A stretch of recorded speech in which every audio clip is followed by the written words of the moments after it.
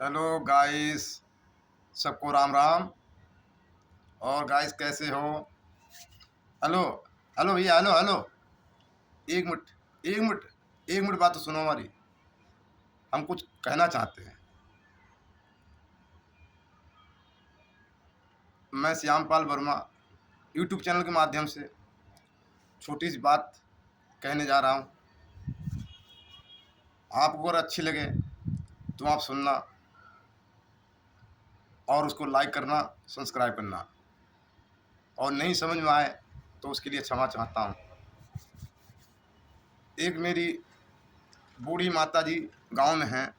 पिताजी ख़त्म हो चुके 7-8 साल पहले। और मैं 30-35 साल से प्रदेश में रह रहा हूँ। अब बचपन से आया हुआ आज शरीर से कमज़ोर हो चुका हूँ और कुछ समझ में नहीं आता कि अब काम धाम होता नहीं है। शरीर कमज़ोर हो चुका है। पूरी जवानी प्रदेश में निकल गई। अब उतनी मेहनत नहीं होती है। बड़ा परिवार है, 5 बच्चे हैं। मियाँ बीवी 7 आदमी परिवार है।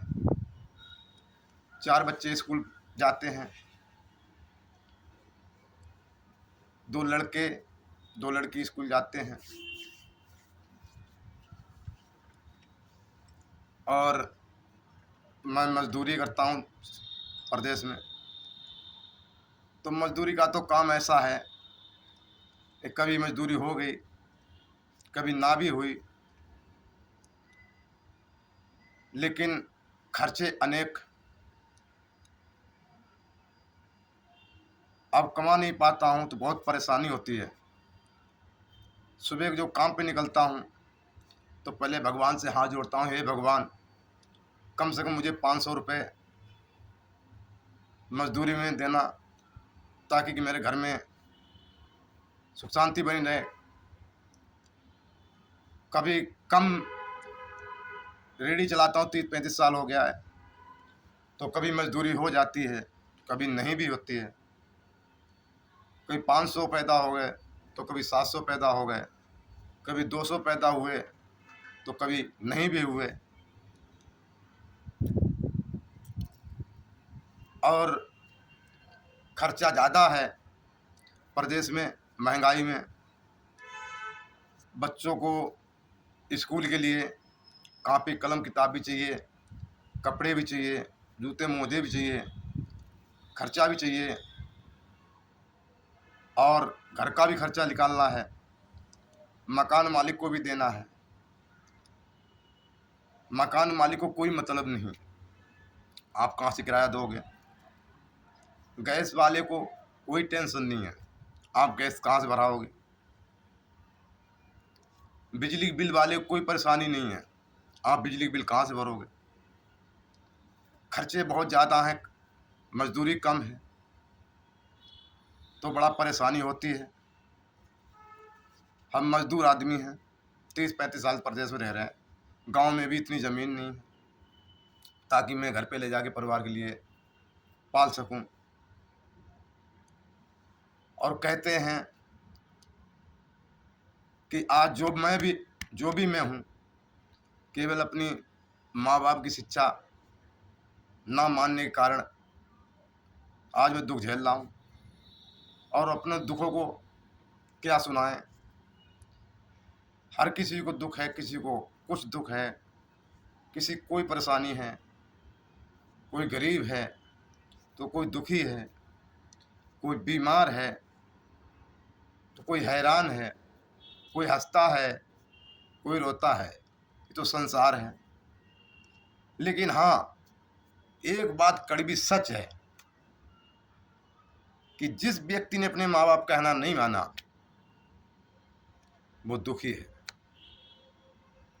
आप बुरा नहीं मानना, ये हम अपनी नॉलेज की बात बताते हैं कि जिस व्यक्ति ने अपने माँ बाप कहना नहीं माना, वो आज की जमाने में दुखी है। कहते हैं सारे तीर्थ धाम आपके चरणों में, है गुरुदेव प्रणाम आपके चरणों में। तो साक्षात तो हमारे पूज्य योग माँ बाप ही होते हैं। संसार में कहीं भी चले जाओ, अपने आप को लेकर, लेकिन आपने बचपन से अपने माँ बाप की सेवा नहीं की, हमने नहीं की। आज हम 30-35 साल प्रदेश में पढ़े, और शायद हमने अपने माँ बाप का कहना माना होता, उनकी सेवा की होती, तो उनके नसीब से किस्मत से ना जाने में घर पे क्या होता। और आज के ज़माने में जो व्यक्ति अपने माँ बाप का कहना नहीं मानता है वो रोता है। बंधु, हम रोते हैं। अगर पुराने ज़माने की कहावत है कि सच्चे देवता तो हमारे भगवान माँ बाप ही हैं, फिर हम क्यों भूल जाते हैं। हमने कई बार सुना है, देखा भी है, बहुत से व्यक्तियों को देखा है कि अच्छी सर्विस करते हैं, अच्छी तनख्वाह है, अच्छा कारोबार है, माँ बाप ने मेहनत मजदूरी करके दिन दोपहर एक करके घाम धूप गर्मी झेल करके आपको पढ़ाया लिखाया, आप पढ़ लिख के आपकी शादी कर दी, आप सर्विस करने लगे, नौकरी करने लगे। कोई बाप नहीं चाहता है कि मेरी औलाद किसी गलत रास्ते पर जाए या किसी बात के लिए दुखी हो। माँ बाप चाहे कितने ही बुरे हों, दोस्तों, माँ बाप हमेशा यही चाहेंगे कि हमारा बच्चा अच्छा बने, अच्छा इंसान बने, हमारा नाम चलाए। कहते हैं इंसान का नाम कब ऊंचा होता है? जब उसके बच्चे नाम ऊंचा करते हैं, तभी नाम ऊंचा होता है। आप कितना भी कमा लो, कितने बड़े भी आदमी हो जाओ, जब आपका नाम कोई चलाने वाला नहीं है तो नाम ऊंचा कहाँ से होगा? कुछ लड़के पढ़े लिखे समझदार होकर गलतियां कर जाते हैं। हमने देखा है वृद्धाश्रमों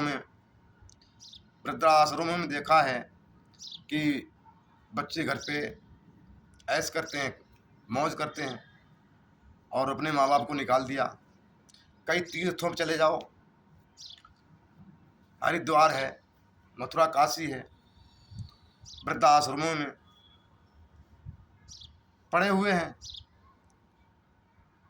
और अपनी आत्मा को रोते हैं, कोसते हैं कि हे भगवान, हमने तो सब कुछ बेटे के लिए किया, लेकिन हमारे अंदर ऐसी कौन सी कमी रहेगी जो आज हम वृद्धाश्रम में पड़े हुए हैं।